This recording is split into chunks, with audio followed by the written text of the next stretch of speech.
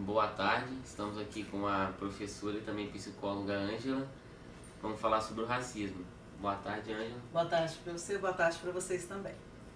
A primeira pergunta é: por que o conceito racismo é usado somente para afrodescendentes? Bom, eu não acho que seja usado somente para afrodescendentes, mas eu acho que fundamentalmente para afrodescendentes sim, né? Mas não é só para eles. Mas o tipo, né, de preconceito mais evidente é pelas pessoas que têm mais melanina, digamos assim, produzem mais melanina, que tenham, portanto, a pele mais escura. E qual seria uma boa solução para diminuir o impacto racial? No meu entendimento, a diminuição do impacto racial ela acontece na medida em que as pessoas começam a compreender o conceito de raça, né, que é uma ficção genética, porque não existe, né, a ficção não existe. Existe um estudioso chamado Luiz Scarfosa que ele examinou o DNA de muitas pessoas e chegou à conclusão de que todos nós somos oriundos do primeiro homem que aparece na África e, portanto, ele tem a pele mais escura, ele produz mais melanina, que é para proteger do sol. E aí ele tem o nariz mais largo, que é para resfriar o ar quente que vem do solo. E ele tem o cabelo encarapinhado, que é para reter o suor, para refrescar a cabeça. Porque a gente está falando de um lugar muito quente. E aí esse homem, quando ele migra para o norte, ele vai perder a melanina, que é para absorver os raios do sol e sintetizar a vitamina D, que é fundamental para a constituição dos ossos. E ao perder a melanina, ele desbota, então a pele fica muito clara, em consequência o cabelo fica claro, o olho fica claro, e aí esse nariz ele afina, que é para aquecer o ar quente, o ar frio, e também o cabelo escorre para aquecer o ouvido. Porque quando tem rajada de vento no ouvido, estimula o labirinto e ele perde o equilíbrio. Então, o cabelo liso, ele tem a sua função quando é no norte. E aí o homem, quando ele migra para o oriente, ele perde as pregas, ele ganha pregas palpebrais, que é para os olhos serem protegidos dos ventos siberianos, porque são muito gelados. Então, o que a gente vê é o seguinte: as transformações do ser humano, elas são em função da adaptação. Então, mais e menos melanina no corpo, né, ter mais cor ou menos cor, é da origem do homem para a sua adaptação. Ele perde quando ele não precisa mais, né, e ele ganha quando ele precisa mais. Então, raça humana não existe, existe etnia. As pessoas são oriundas dos lugares, mas a raça só existe uma, raça humana. Ponto final. Por que falar em raça se somos todos seres humanos? Exatamente pelo motivo que eu acabei de explicar. Somos todos seres humanos. Não existe raça. Existe a raça do animal, porque animal são muitos, né? Mas ser humano é só um. E, portanto, não tem por que separar os seres humanos em raça. Por que você acha que ainda existe o racismo? Exatamente porque as pessoas não entenderam o conceito da raça, que é ficcional, é inventada. Né? A etnia existe, a procedência, de onde eles vêm, vem do Oriente, vem do Ocidente, vem do Norte, vem do Sul, isso existe. Agora, não existe raça, outra raça, ou sub-raças, ou diferentes raças em se tratando da espécie humana.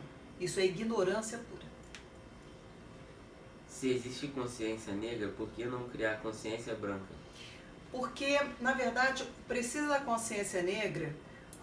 Porque, em geral, as pessoas que produzem menos melanina, portanto elas têm a pele mais clara, elas são opressoras de quem produz mais melanina. Até porque a cultura ensinou a gente dessa forma, né? Que existiam pessoas que deviam ser mais valorizadas e pessoas menos valorizadas. Então a consciência branca, na verdade, é uma consciência humana. Não, a gente não deveria precisar da consciência negra e da consciência branca. A gente deveria precisar da consciência humana para que o ser humano fosse visto como valioso e como imprescindível. Concordo. Bom. Se somos todos iguais, por que então cotas raciais? Então, as cotas raciais é um mecanismo de reparação.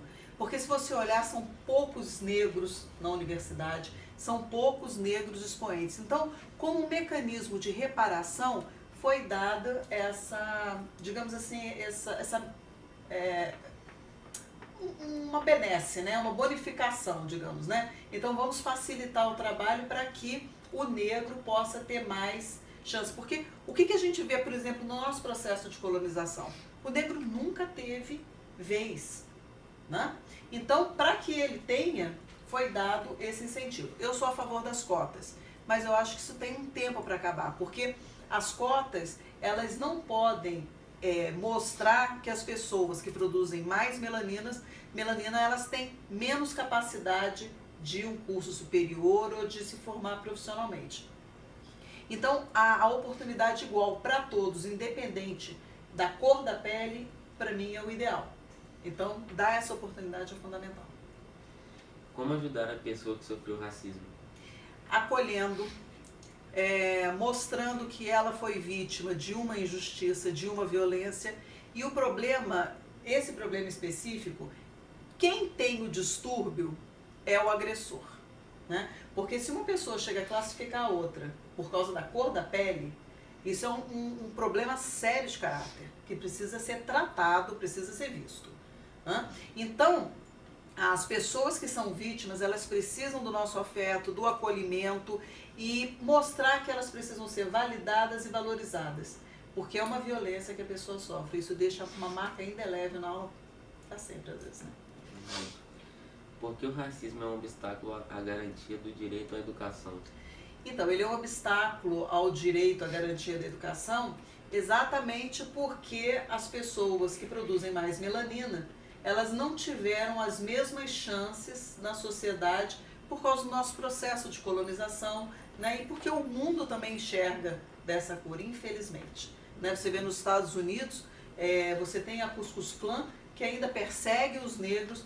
Até o século retrasado, o negro tinha que sair, o início do século passado, o negro tinha que sair da calçada para o branco passar. Então, assim, é um absurdo isso, né? Então, a gente vem de um processo cultural que oprime muito, né? Oprime muito o negro. Você acha que a temática racial é uma questão somente dos negros? Não, absolutamente. É da humanidade. Isso é uma coisa que precisa ser compreendida, combatida, que precisa ter uma consciência sobre os prejuízos, né, de uma forma ampla, geral e restrita. De todos. De todos nós. Uma questão de todos nós. Sim. Por que a discussão sobre a questão do racismo no Brasil ainda é tabu? Então, a questão do racismo, eu não acredito que seja tabu. Tabu é quando as pessoas não querem tocar no assunto. Então, tabu, para mim, dois grandes tabus é o sexo e a morte. A questão do racismo, ele incomoda as pessoas que são opressoras porque elas não querem deixar de ter outras pessoas para oprimir. Entendeu? Então, assim, digamos que quem tem menos melanina tem mais poder e, portanto, oprime as pessoas, entendeu? As pessoas negras, por exemplo. Uhum. Então, isso é uma questão muito séria.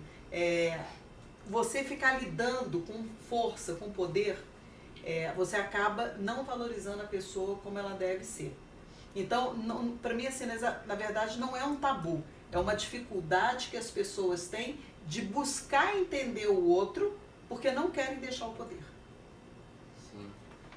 Então, essa foi a entrevista com a Ângela. Muito obrigado a todos. Eu que agradeço a vocês pela oportunidade e eu espero que eu tenha sido útil para elucidar essa questão. Ajudar a elucidar. Obrigada, gente. Tchau.